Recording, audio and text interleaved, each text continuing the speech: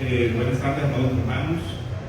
Vamos a orar para comenzar con la escuela de la tarde de hoy. Vamos a continuar con la exposición del símbolo o credo de los apóstoles. Permítame entonces orar para comenzar con la enseñanza de la tarde de hoy. Bendito Dios, te damos gracias, Señor, por tu palabra. Y también te damos gracias, Padre Santo, porque tú has levantado para tu iglesia maestros, Señor, en todas las épocas, Dios. Porque nosotros hoy podemos ver cómo tú has dejado testimonio en cada etapa de la historia de tu verdad, de tu palabra, Señor, y de tu doctrina. Te rogamos que hoy nos sigas permitiendo comprender un poco más cómo cada uno de nosotros nos vinculamos, Señor, con esta historia de la iglesia y cómo tu iglesia debe seguir continuando y perseverando, siendo fiel a tu palabra, Señor, y a todo aquello que tú has permitido que tu iglesia comprenda. En el nombre de Jesús te lo pedimos y te damos gracias. Amén. El credo de los apóstoles. Vamos a repasar cuáles son las cláusulas. El credo es realmente corto. Tiene una primera cláusula que declara: creo en Dios Padre Todopoderoso, Creador del cielo y de la tierra. Una segunda cláusula que dice: y en Jesucristo, su Hijo unigénito, Señor nuestro, que fue concebido por el Espíritu Santo, nació de la Virgen María, padeció bajo Poncio Pilato, fue crucificado, muerto y sepultado, descendió a los infiernos, y al tercer día resucitó entre los muertos, ascendió a los cielos y está sentado a la diestra de Dios Padre Todopoderoso. Desde allí ha de venir a buscar a Dios hermanos. Creo en el Espíritu Santo, la Santa Iglesia Católica, la comunión de los santos, el perdón de los pecados, la resurrección del cuerpo y la vida eterna. Amén. El símbolo apostólico, el credo de los apóstoles, en primer lugar, fue un símbolo que permitió la unidad de la iglesia sobre una misma fe, sobre una misma creencia. Todos aquellos que confesaban o que profesaban que aceptaban las verdades que el credo resume, el credo es básicamente eso, un resumen doctrinal de aquellos elementos que son esenciales para decir que alguien cree lo que el cristianismo cree. Eso permitía, por un lado, ser un factor de unidad, es decir, todos aquellos que confesaban igual se podían considerar hermanos, y por otro lado, rechazaba a aquellos que estaban distorsionando la verdadera fe de la iglesia. El símbolo permite una universalidad, es decir, todos aquellos que conocieran esa confesión de fe corta que es este credo y la confesaban, se consideraban como parte de esa iglesia universal del Señor. Y por último, el símbolo permite la fraternidad, considerar hermano a aquel que confiesa esas doctrinas, o por el contrario, considerar que no hace parte de la fe de la iglesia o de la comunión de los santos, aquellas personas que rechazan alguno de los elementos del credo. Vamos a hacer un breve resumen del contexto del credo. Credo apostólico, pero hay que aclarar que no se trata de que los apóstoles directamente hayan escrito, sino que procede de la enseñanza de los apóstoles y que está en consonancia con lo que los apóstoles escribieron en el Nuevo Testamento. El credo tuvo un desarrollo. Esto fue desde una temprana tradición oral hasta que fue escrito. Normalmente estos credos se utilizaban como forma de bautismo. Es decir, se le enseñaba este credo a las personas cuando se iban a bautizar, se les exigía que confesaran: ¿crees en Dios Padre? Y la persona tenía que responder: creo. Bueno, ¿y qué crees sobre Dios Padre? Creo que es creador de los cielos y de la tierra, creo que es omnipotente. Eso. ¿Crees en Jesucristo? Sí. Bueno, ¿y qué crees sobre Jesucristo? Creo que murió, que resucitó. Entonces la persona hacía un vínculo con confesión pública de su fe. Por eso estos credos pasaron a precisamente integrar lo que se llama las confesiones de fe de la Iglesia. En su estructura creo que se dieron cuenta que el credo está básicamente dividido en 3 partes. ¿Lograron notar cuáles eran las 3 partes? El credo es trinitario. Creo en Dios Padre, creo en el Hijo, creo en el Espíritu Santo, ¿cierto? ¿Qué creo sobre Dios Padre? Creo que Dios Padre es todopoderoso, creador del cielo y de la tierra. ¿Qué creo sobre Dios el Hijo? Que es su único Hijo, nuestro Señor, que fue concebido por obra del Espíritu Santo, que nació de la Virgen María, que padeció, que fue crucificado, que murió, que fue sepultado, por esa parte. ¿Qué creo sobre el Espíritu Santo? Bueno, creo en el Espíritu Santo.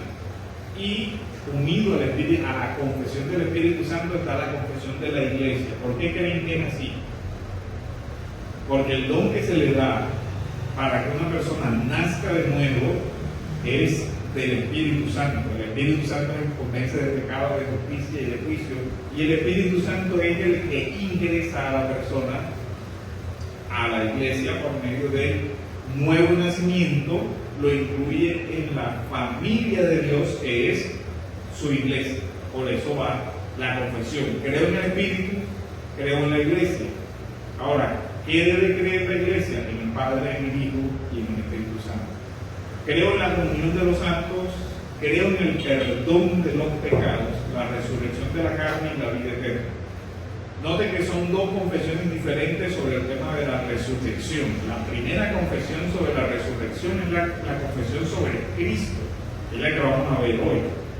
Creo que Cristo resucitó, creo que Cristo murió, resucitó, etc. Y creo en la vida eterna. Pero esta confesión de la última parte depende de la confesión de esta parte que vamos a ver. ¿Por qué nosotros creemos en la resurrección de la carne y que nosotros iríamos a resucitar juntamente con Cristo? Porque Cristo murió y resucitó y es la primicia de todos los demás creyentes. La función básica de este credo cuando se usó fue bautismal. Resume las verdades esenciales de la fe cristiana. Este credo fue aceptado por la Iglesia reformada y también lo usa la Iglesia católica. Entonces, del primer artículo, ¿qué podemos resumir? Que ya ustedes lo desarrollaron. Creo es algo personal, ¿cierto? La confesión, ahora, ustedes cuando vean los otros credos, cuando vean las otras confesiones son comunitarias, es decir, creemos, confesamos. Pero este credo es personal. Yo creo. Cuando vean las otras se van a dar cuenta que todas es nosotros confesamos, nosotros creemos, siempre usa el plural. Pero esta es personal porque es en el contexto del bautismo. Tú crees. Ahora, ¿tú crees lo mismo que el resto de la iglesia cree? Sí, yo creo lo mismo que el resto de la iglesia cree. Pero la pregunta es, ¿tú crees? O sea, es un interrogante personal al cual solo una persona a nivel individual puede responder. Nadie puede confesar por otro, o nadie puede decir que cree en nombre de otro. Creo entonces es un acto personal de confianza, de asentimiento, de reconocimiento.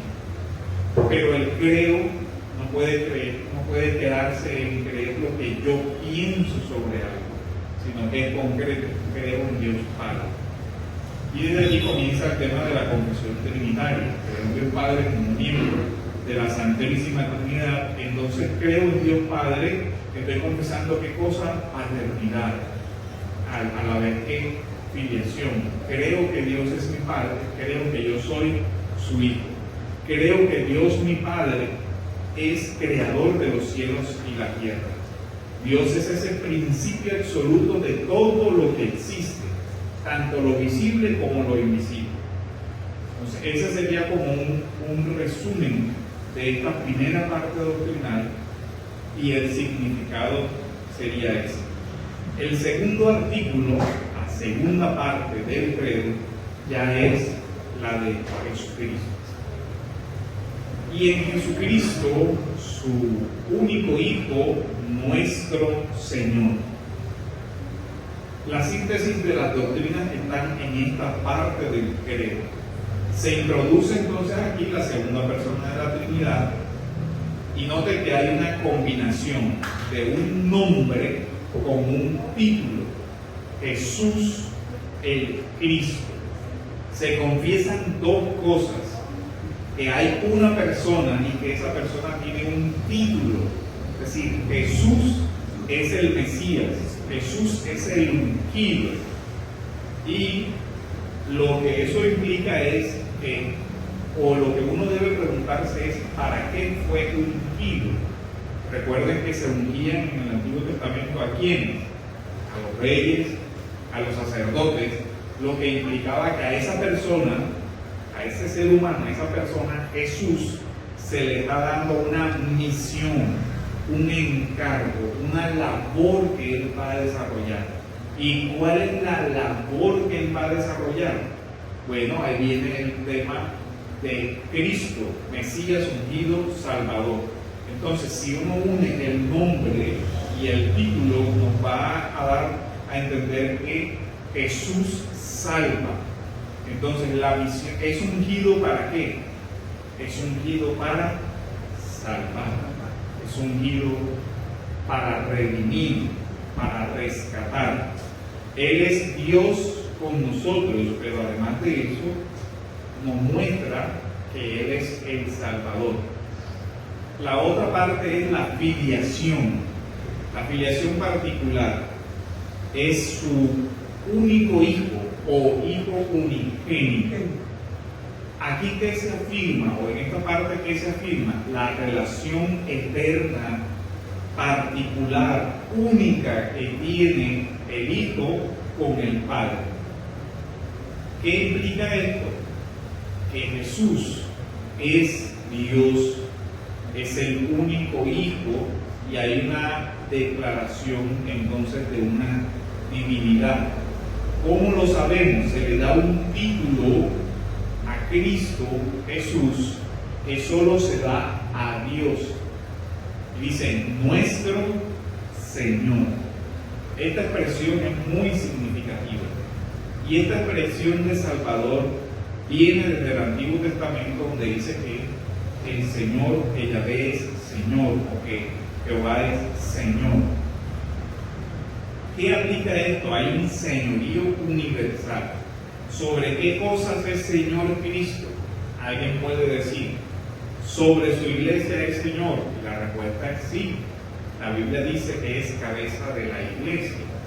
Pero la confesión no llega hasta ahí. Porque si Dios su Padre es Señor de toda la creación, porque Él creó los cielos y la tierra, entonces su Hijo, que es de la misma naturaleza, es Señor de ¿qué? De lo mismo que el Padre, es decir, Señor de toda la creación. De hecho, el Evangelio de Juan va a decir que Él creó, por medio de Él fueron creadas todas las cosas. Entonces nos da que el señorío de Cristo se extiende a la creación y por supuesto a su iglesia. Ese punto es importante. Ahora, ¿qué subraya esto también? Que Cristo es el Hijo unigénito del Padre. Ahora, nos indica que hay una plena igualdad y unidad entre el Padre y el Hijo. El Hijo se encarna, pero el Hijo es preexistente. Más adelante vamos a desarrollar con un poquito más de detalle esto y vemos cómo este significado cristológico nos está diciendo que Jesús es el Mesías prometido, el ungido prometido, es el soberano, es Dios, tiene una relación personal con el Padre y ha sido enviado por el Padre a salvarnos. De esta primera parte, desarrollo fundamental aquí, Jesús es el Cristo, es decir, Jesús es el ungido. ¿Eso qué quiere decir? Que Él es el cumplimiento de todas las promesas que en el Antiguo Testamento se hicieron sobre un Salvador.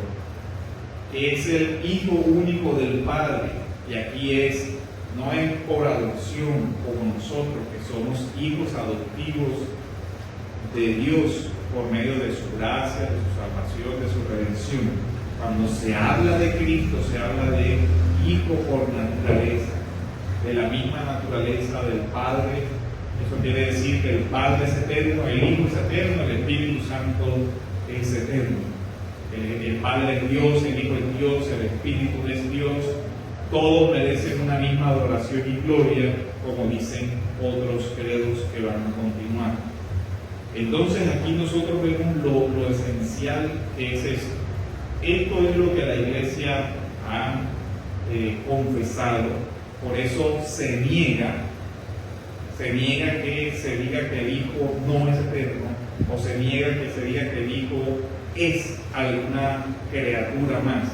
No, es Hijo del eterno Padre, y Él es también eterno.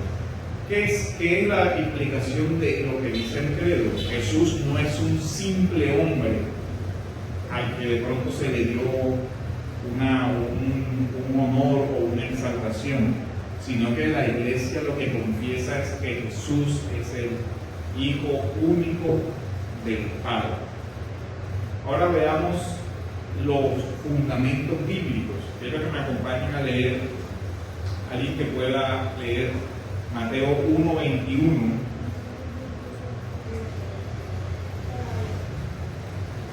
Y otra persona que busque Juan 1:18.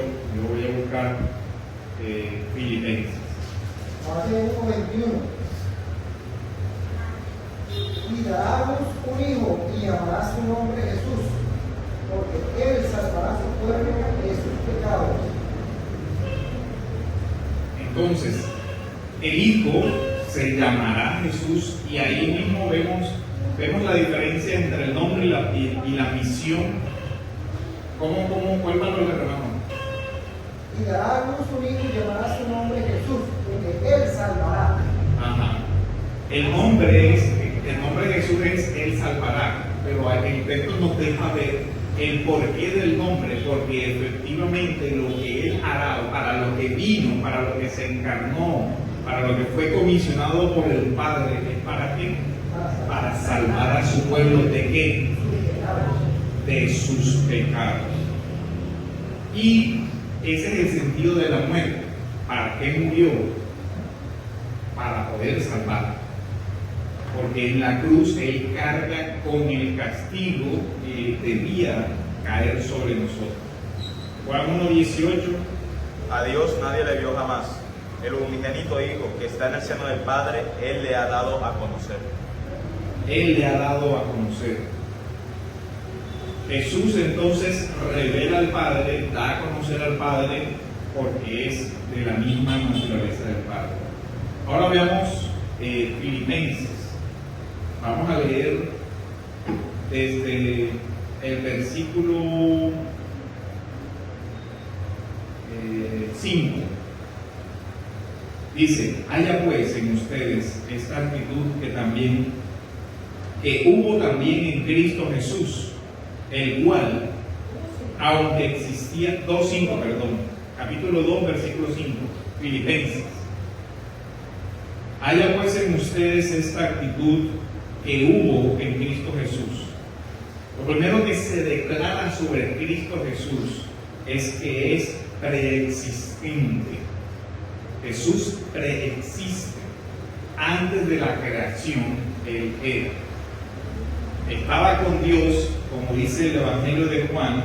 ¿Y por qué sabemos que es preexistente? Porque estaba con Dios mientras creaba todas las cosas. El Padre es creador, Jesús estaba con el Padre, y dice: aunque existía en forma de Dios, no consideró el ser igual a Dios como algo a que aferrarse, sino que se despojó a sí mismo. Entonces tenemos preexistencia, ¿cierto? Existía antes, Luego viene la ¿qué? La encarnación. La encarnación. Se despojó tomando forma de siervo, se hizo semejante a los hombres.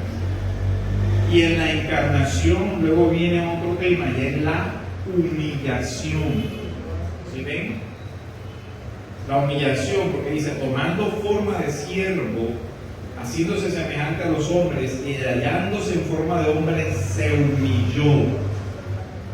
¿Cómo se humilló? Se dice, se humilló a sí mismo, haciéndose obediente hasta la muerte. ¿Sí ven? Padeció bajo Poncio Pilato, fue crucificado, fue muerto, fue sepultado. Entonces, aquí vemos que muerte de cruz, por lo cual Dios también le exaltó. Aquí vemos ¿qué doctrina vemos aquí? La ascensión. Jesús sube a los cielos. Fue muerto, resucitado y asciende. Y de ahí, ¿qué va a pasar? Dice, por lo cual Dios también lo exaltó hasta lo sumo y le confirió el nombre que es sobre todo nombre, para que en el nombre de Jesús se doble toda rodilla de los que están en los cielos y en la tierra, cielo y tierra que su Padre creó, que el mismo Señor creó, y debajo de la tierra, y toda lengua confiese que Jesucristo es Señor, para la gloria de Dios Padre. El credo dice nuestro Señor. Aquí vemos entonces que Filipenses nos habla, cuando dice que se humilló, fue asumir un cuerpo que le fue dado por el Espíritu Santo en el vientre de ¿quién? De María. El ángel declara, el Espíritu, Lucas declara cómo sucederá eso. Dice, el Espíritu Santo vendrá sobre ti y tendrás un hijo, y entonces dice, y el santo ser que nacerá será llamado Hijo del Altísimo o Hijo de Dios. ¿Ven de dónde sale la afirmación del credo? También Isaías ya había profetizado eso que Lucas dice. La Virgen concebirá y dará a luz un hijo que será llamado ¿qué? Emmanuel, que quiere decir que Dios con nosotros. La Virgen concebirá y dará a luz un hijo. Ahora, miren este elemento curioso, y es que dice que Jesús padeció, pero en una de las confesiones de fe de la Iglesia se incluye a un ciudadano romano, y la pregunta sería ¿por qué? ¿Por qué era relevante?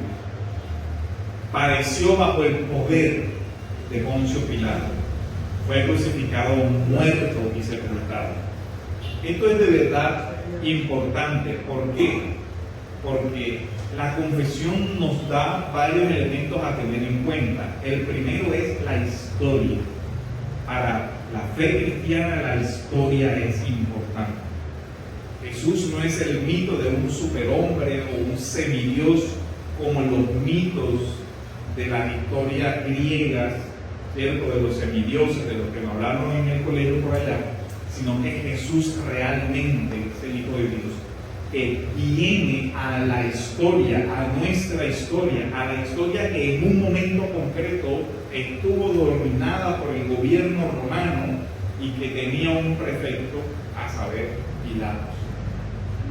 Hay otra cosa también aquí, y es que Pilatos hace como representante aquí en el tema del credo de los poderes terrenales que actúan en contra de la justicia y que no obedecen de verdad la justicia divina. Porque al padecer bajo Poncio Pilato, recuerden algo, el mundo romano se enorgullecía de que tenía una justicia, de que tenía unas leyes y todo eso. Pero este prefecto romano actúa por fuera de la justicia. Es bien curioso, este es uno de los pocos casos en los cuales un juez dice que el procesado es inocente, pero a pesar de eso lo es. Vemos la contradicción que se da aquí. Pilato varias veces dice, pero yo no encuentro ningún mal en él, pero yo no, ningún mal ha hecho. pero al final se lava las manos y dice, bueno, crucifíquenlo. Pero la pregunta que hay que hacerse aquí es, ¿actúa Pilatos de una forma autónoma, fuera de la voluntad de Dios?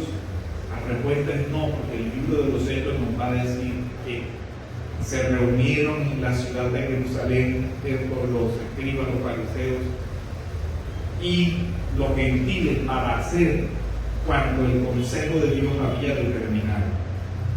De hecho, eso es lo que Jesús le dice a Pilato en su diálogo. ¿Acaso tú no sabes que yo tengo poder para condenarte o poder para salvarte?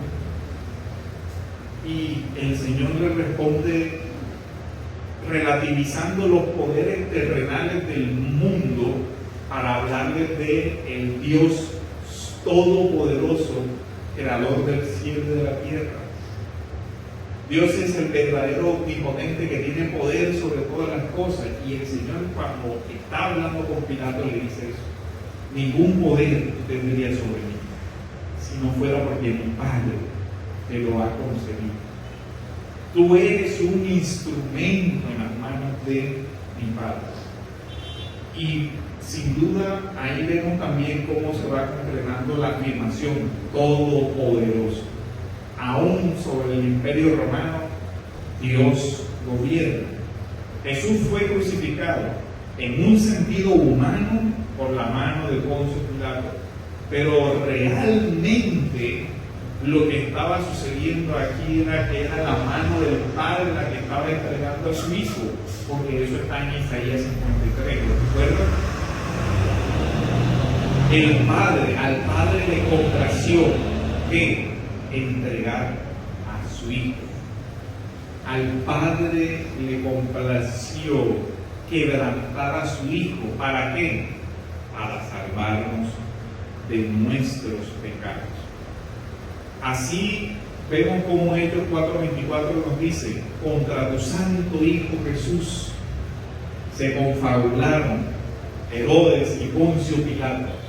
Pero al final de ese texto de Hechos 4:27 se ve la soberanía divina, porque dice: para hacer cuanto la mano y el consejo de Dios habían determinado que sucediera desde antes de la fundación del mundo, que fue lo que vimos en Filipenses, donde dice que Él existía desde antes y Él se hizo hombre. ¿Para qué?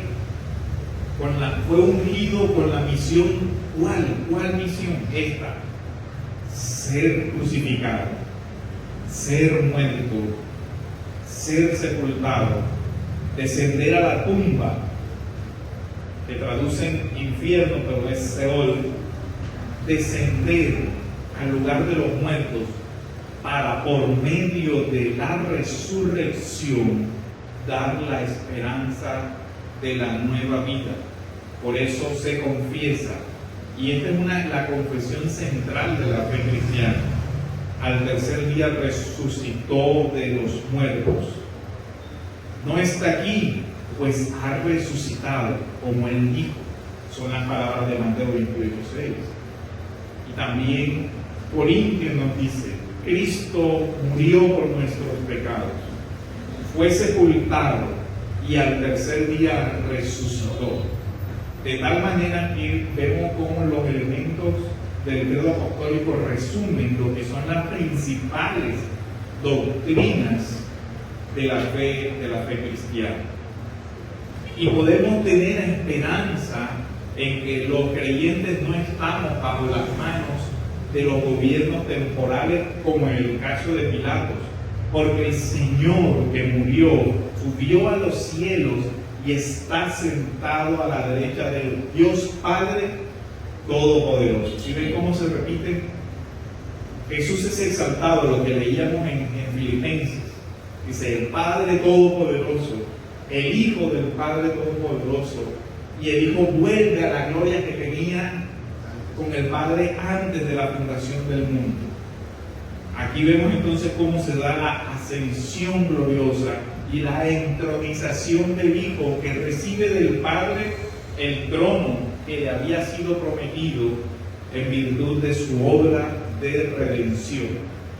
Y lo que sigue confesando la iglesia es que ese Hijo que vino por primera vez vendrá de nuevo. Desde ese lugar de gloria, de exaltación junto al Padre, desde allí ha de venir a buscar a vivos y a muertos. ¿Para qué? Para el juicio final, donde se separará a uno de los otros, como dice Mateo 25, o lo que dice Hechos 10:42. Dios le ha constituido juez de vivos y muertos. O lo que dice 2 de Timoteo 4:1.